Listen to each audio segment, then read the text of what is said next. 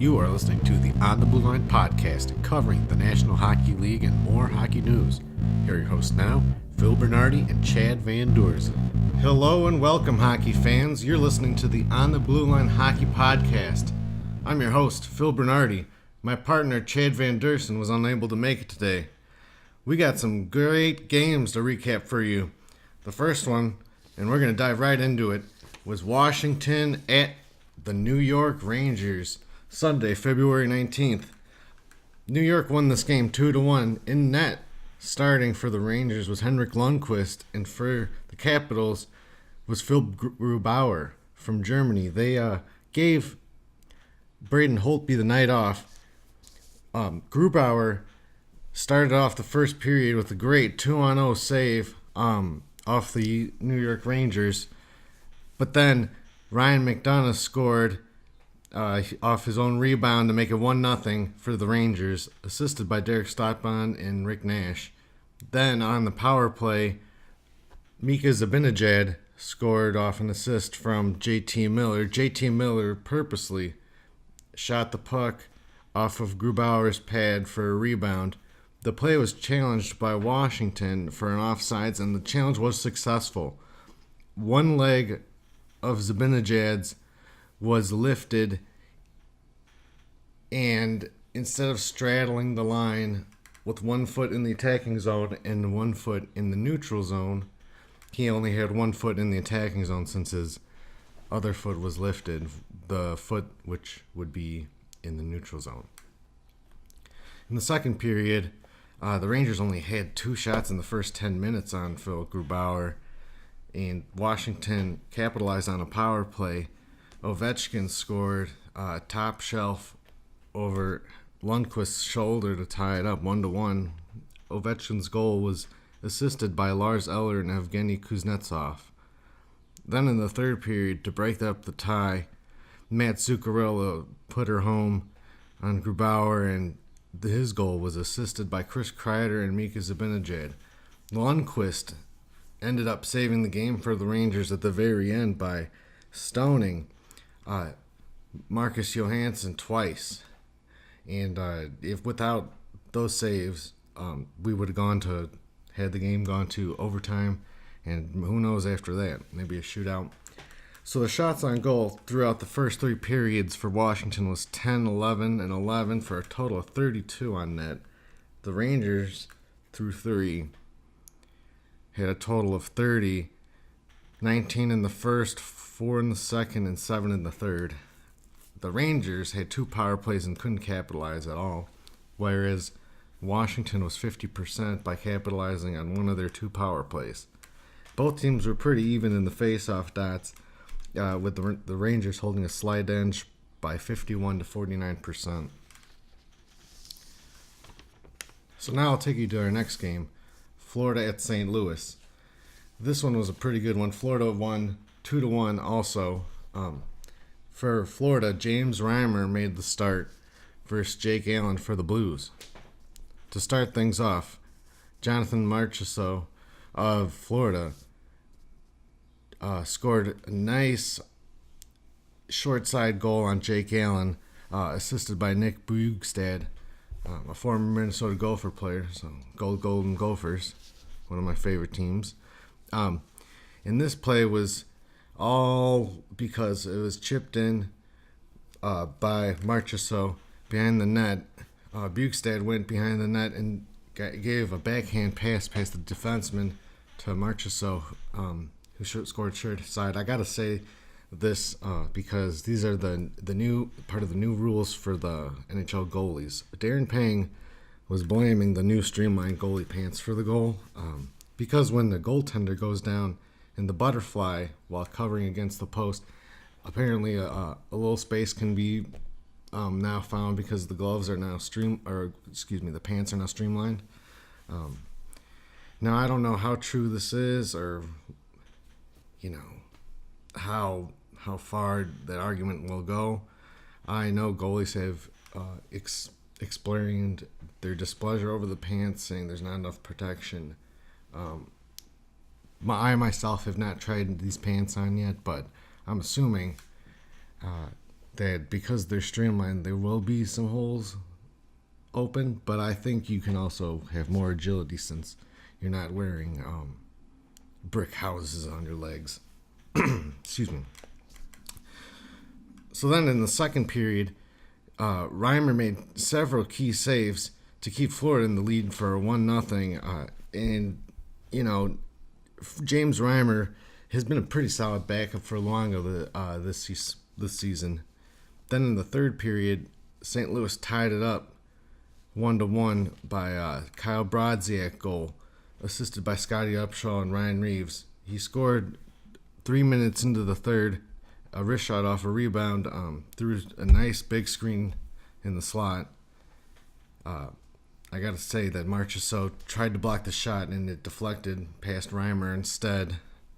And then with about 4.6 seconds left in the game, let's see, my notes say 4.6, okay. Vincent Trocheck scored the game winner, a slap shot through a giant screen. This screen was so big. Jake Allen, the goalie for the Blues, he didn't move at all because he couldn't see. And Jake Allen's a big guy, so because he couldn't look over the pile and see, well, not pile, over the screen and see anything, he was unable to stop it. Neither team capitalized on their power plays. Florida only had one power play. St. Louis had two, but this was a pretty high shooting event.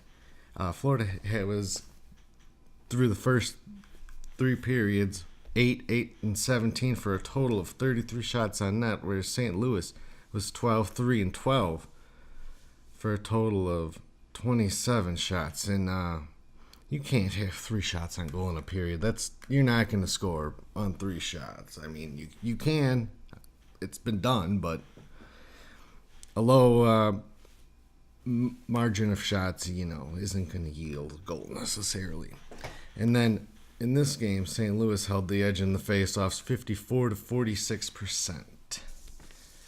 Now for the last game that we previewed for you last week here on the Blueline Hockey Podcast was the Islanders at Montreal. New York won this game 3-0. This was Thomas Grice's start against Carey Price for the Montreal Canadiens. Thomas Greiss ended up getting the shutout for the Islanders. In his first game at the Bell Center, Anthony Beauvillier scored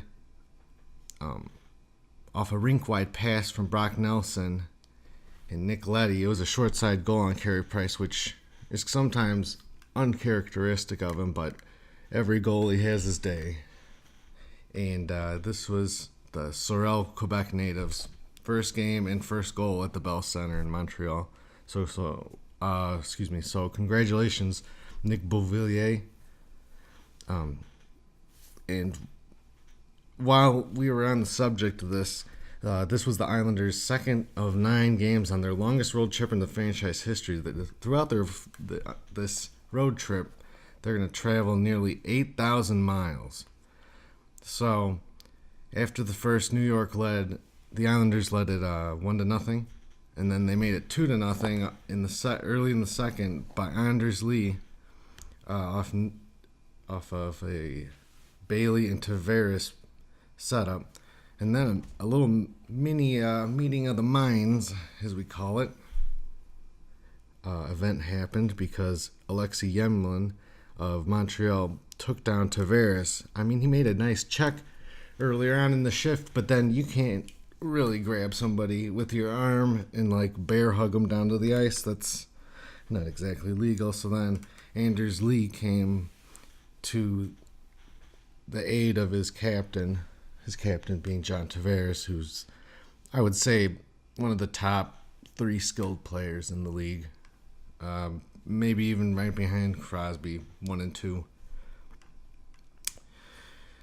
And Weber came in to help out Yemlin because it's his defensive partner, so that led to a little skirmish. So after 2 periods, it's 2-0 New York, and it took about 6 minutes.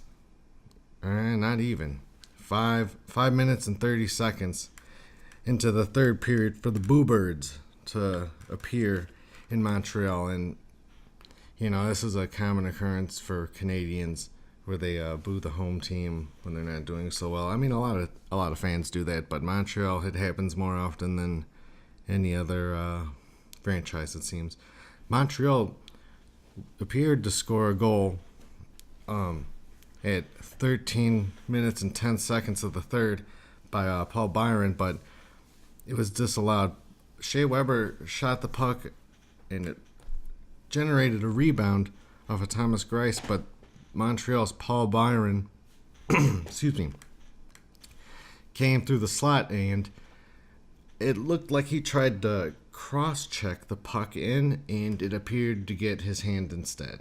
So this goal was disallowed, and then Montreal had another goal disallowed.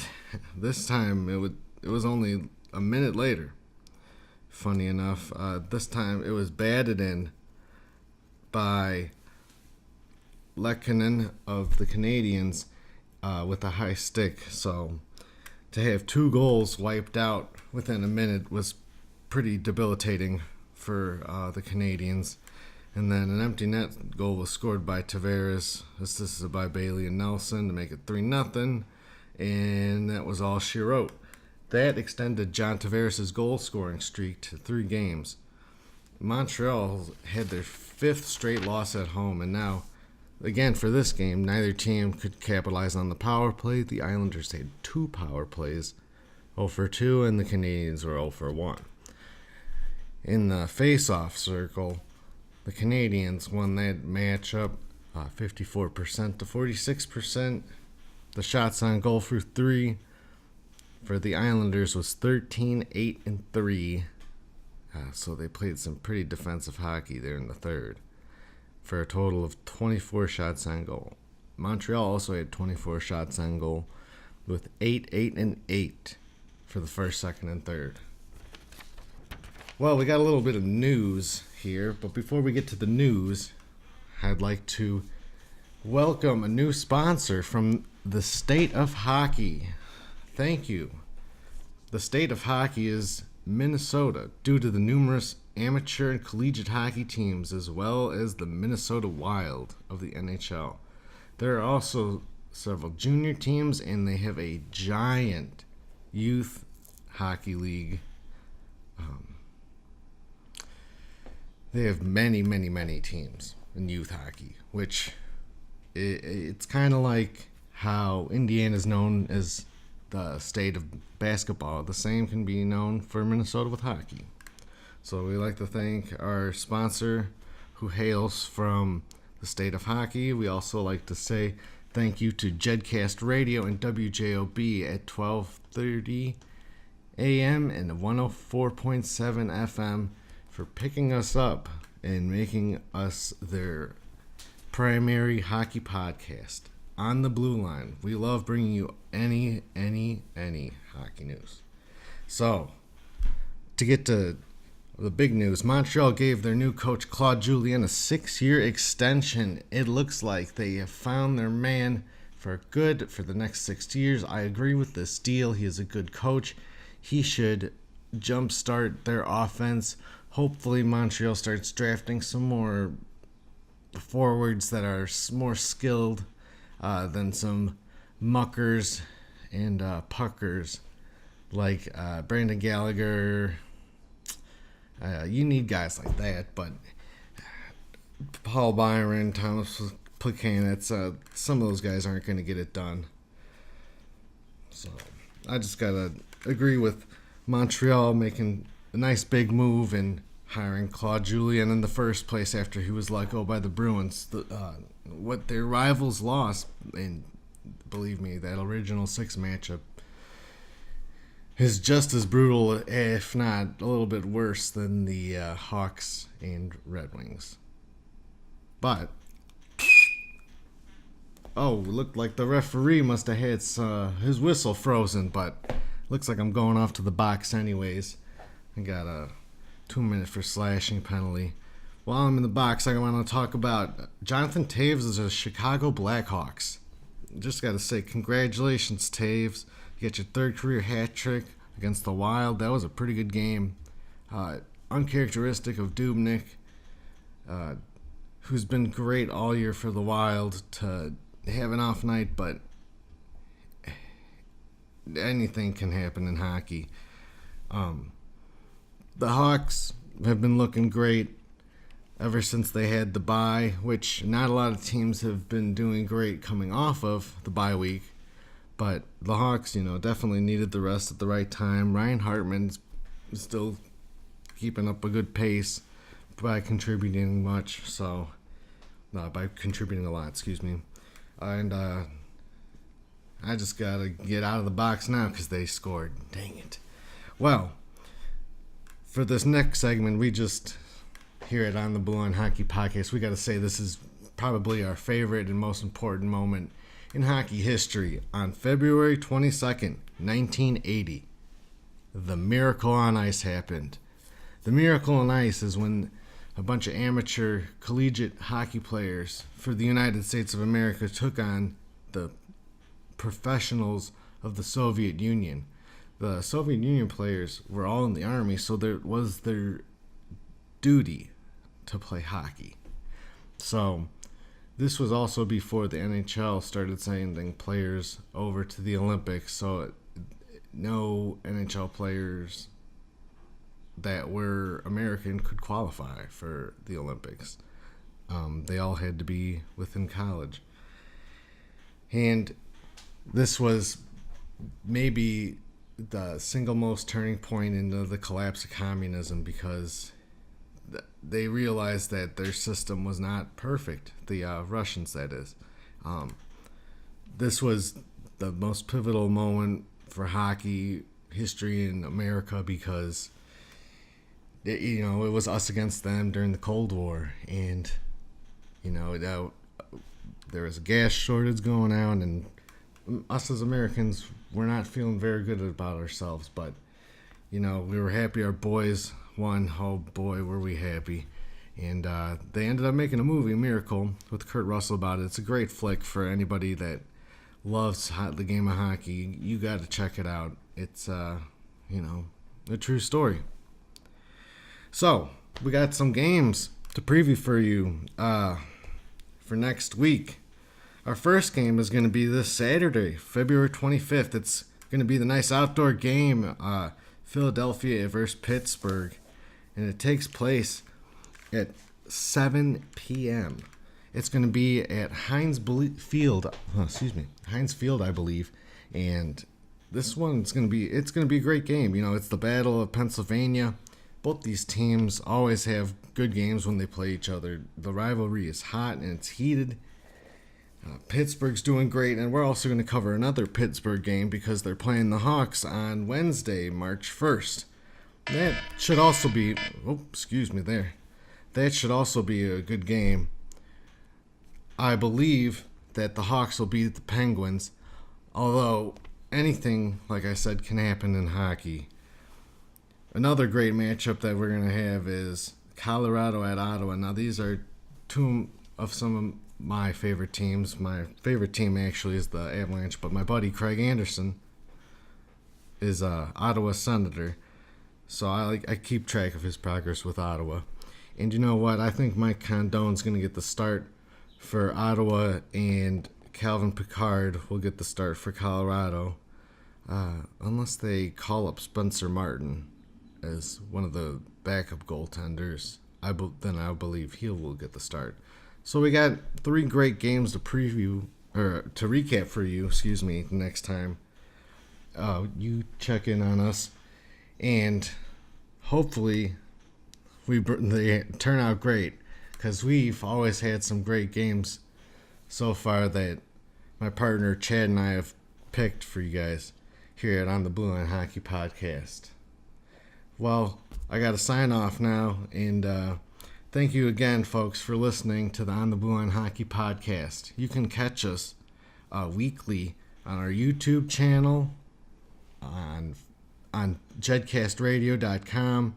We'll soon be on WJOB 1230 AM and 104.7 FM. So please stay tuned to more info and tweets we have at Blueline Podcast. We're also on Facebook at facebook.com/ontheblueline. If you guys have any questions, please don't be afraid to tweet or hit us up on Facebook. We'll feature your question, and we love to answer any hockey-related question. So for my partner, Chad Van Dersen, and for myself, Phil Bernardi, we wish you a great time. And until next time, have a good one.